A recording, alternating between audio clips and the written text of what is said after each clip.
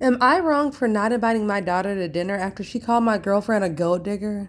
I've never been particularly close with my daughter.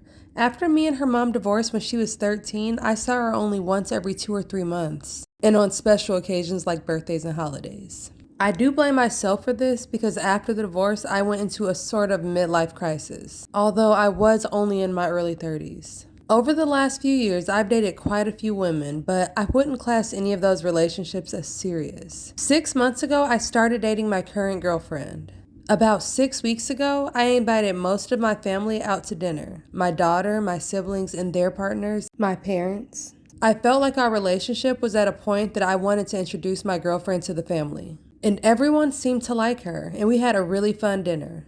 But then, after a few glasses of wine, me and my daughter got into this little argument. I honestly don't even remember what it was about, but during the argument, she called my girlfriend a gold digger. Then she stormed off.